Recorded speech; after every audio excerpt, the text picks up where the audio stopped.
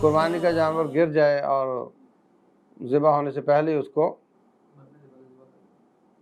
यानी अगर तो ईद वाला दिन था और कुर्बानी ही का वक़्त था और वो भाग निकला और गिर गया और उसको ज़िबा कर लिया गया तो उसकी कुर्बानी हो गई। लेकिन अगर चंद दिन पहले हो गया तो फिर वो कुर्बानी तो नहीं हुई, ज़िबा हो गया, गोश्त खाया जा सकता है।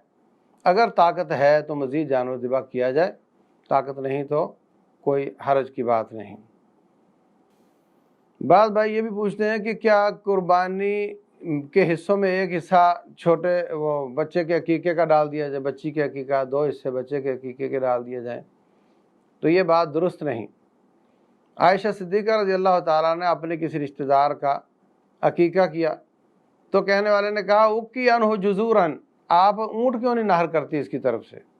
फरमाने लगी माआज़ अल्लाह, अल्लाह की पनाह, मैं तो वही करूँगी जो रसूलुल्लाह सल्लल्लाहु अलैहि वसल्लम ने फरमाया, शातानी मुकाफ़ातानी, 2 बराबर की बकरियाँ, छतरियाँ, ये ही मैं करूँगी, मैं गाय और ऊँट नहर नहीं करूँगी। तो अकीका छोटे जानवर का होता है, इसलिए इसमें हिस्से का कोई तसव्वुर नहीं है। या ये कहे कि जी 6 हिस्से हैं और एक सदका है उसमें, ये भी दुरुस्त नहीं है। वो 6 हिस्से कुर्बानी के ही होने चाहिए, 7 हिस्से पूरे के पूरे कुर्बानी के ही होने चाहिए, इसमें कुछ और नहीं हो सकता। वल्लाहु आलम।